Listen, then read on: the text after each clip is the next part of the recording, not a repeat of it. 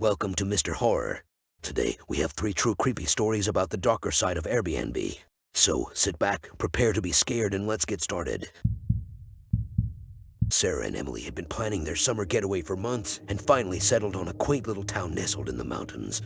They found the perfect Airbnb, a large house with plenty of room for just the 2 of them, and they eagerly booked their stay. As they settled into their new home away from home, they couldn't help but notice the odd decor. Antique mirrors lined the walls of every room, and Sarah couldn't shake the feeling that something was off about them. Emily tried to brush it off as just her friend being paranoid, but even she couldn't deny the eerie feeling that seemed to linger in the air. That night, they both tossed and turned in their beds, unable to sleep. The antique mirrors seemed to stare back at them, reflecting the moonlight in a way that made them feel like they were being watched. Finally, they both drifted off to sleep, but their rest was short-lived. In the middle of the night, Sarah was awakened by a strange noise.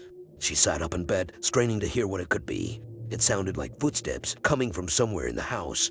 She shook Emily awake, and together they listened in horror as the footsteps grew closer and closer.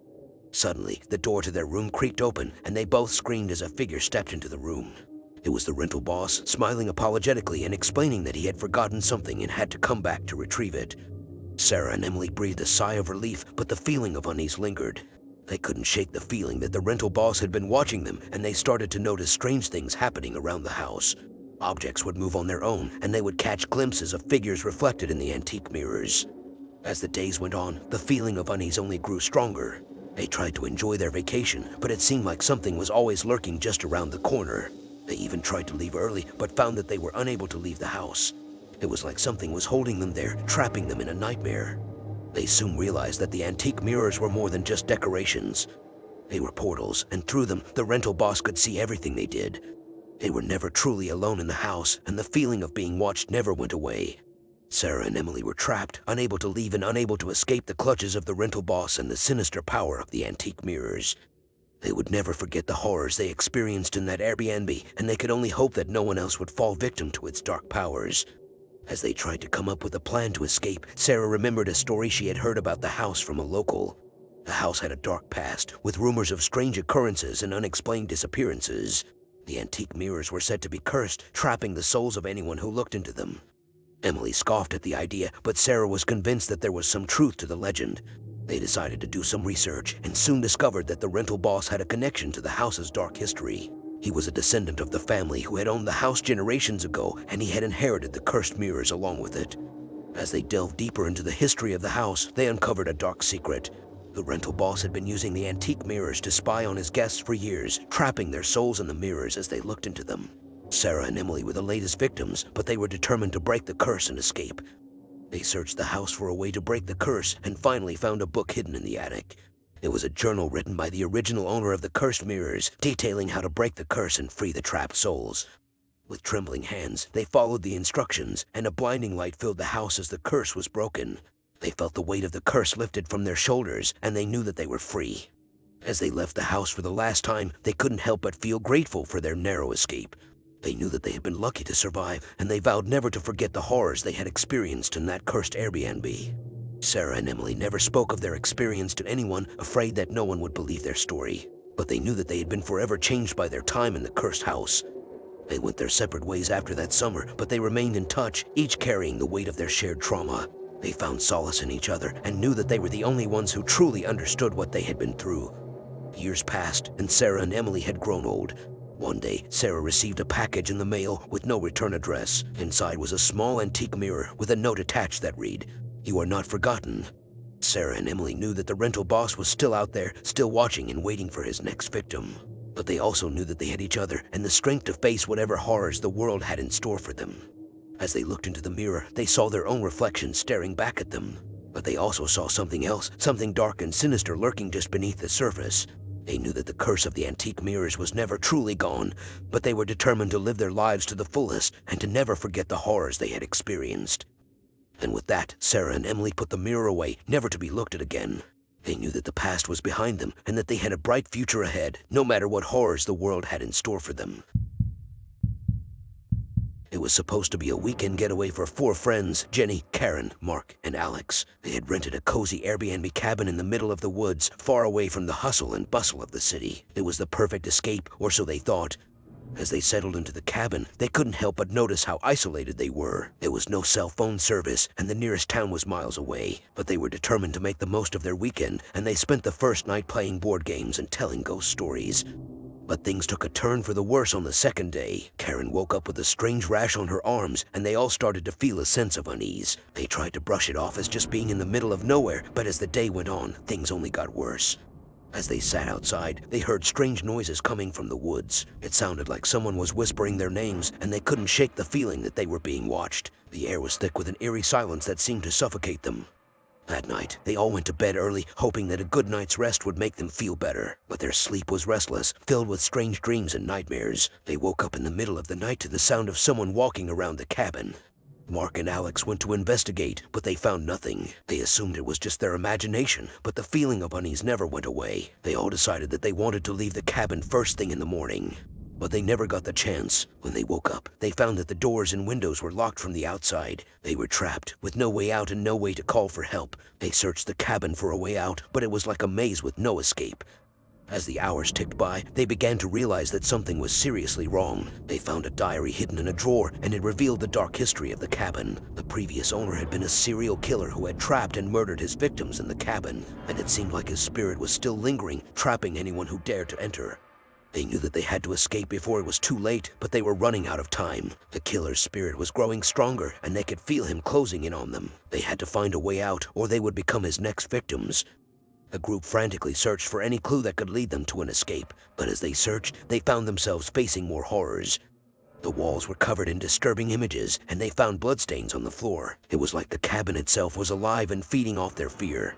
As the day wore on, their hope dwindled. They tried to break down the doors and windows, but they were too strong. They even tried to use their cell phones, but there was no signal. It was like they were in another dimension, cut off from the rest of the world. As night fell once again, they huddled together in fear. They could feel the killer's presence all around them, and they knew that they didn't have much time left. They could hear his twisted laughter echoing through the cabin, and it was only a matter of time before he made his move. In a desperate attempt to escape, they broke through the floorboards and started digging a tunnel. It was a risky move, but they had no other choice. As they dug, they could hear the killer's footsteps getting closer and closer. Finally, they broke through the surface, and they found themselves outside. They ran as fast as they could, not daring to look back. As they made it to the road, they saw a police car approaching. They flagged it down, and the officers listened in disbelief as they recounted their horror story. The police investigated the cabin, and they found evidence of the killer's atrocities. The cabin was sealed off, and the group never spoke of their weekend getaway again. They had narrowly escaped with their lives, but the memory of that weekend would haunt them forever. In the weeks that followed, Jenny, Karen, Mark, and Alex struggled to come to terms with what had happened. They couldn't shake the feeling that they had been lucky to escape with their lives.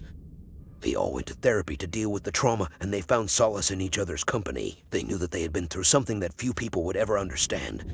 As time passed, they slowly started to move on with their lives. They found comfort in the mundane, everyday things that they had taken for granted before. They appreciated the small things, like a warm cup of coffee or the sound of the rain on the roof.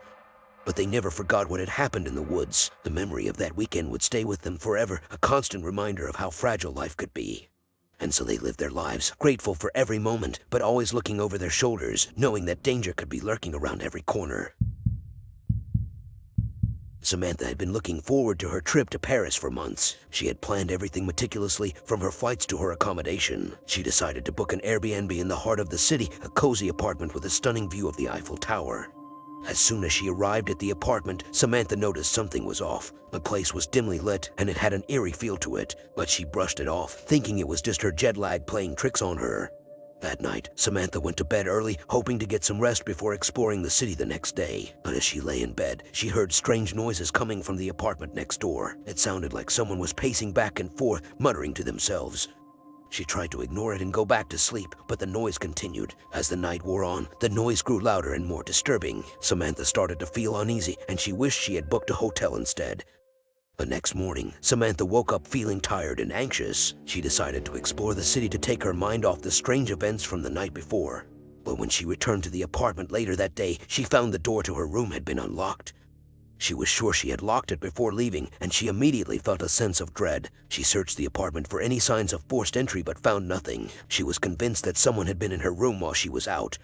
Samantha tried to call the Airbnb host, but there was no answer. She knew she had to leave, but she didn't have anywhere else to go. She decided to stay one more night and leave the next day.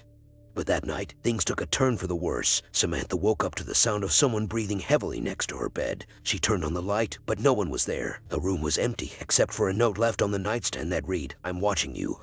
Samantha's heart raced as she read the note. She was paralyzed with fear, not knowing what to do. She tried to leave the apartment, but the door was locked from the outside. Panic set in as Samantha realized she was trapped. She frantically searched the apartment for any means of escape, but the windows were barred and the doors were unbreakable. She knew she had to do something, so she grabbed her phone and dialed the emergency number. But to her horror, there was no signal. She was completely cut off from the outside world. Samantha spent the rest of the night cowering in a corner, hoping that whoever was watching her wouldn't come back. She prayed for daylight to come, knowing that it was her only chance of survival.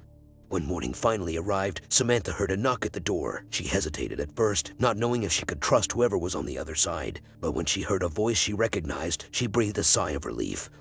It was the Airbnb host who had finally returned her calls. Samantha begged him to let her out, telling him about the note and the strange events of the past few days. The host was shocked and apologized profusely. He immediately called the police and helped Samantha get out of the apartment.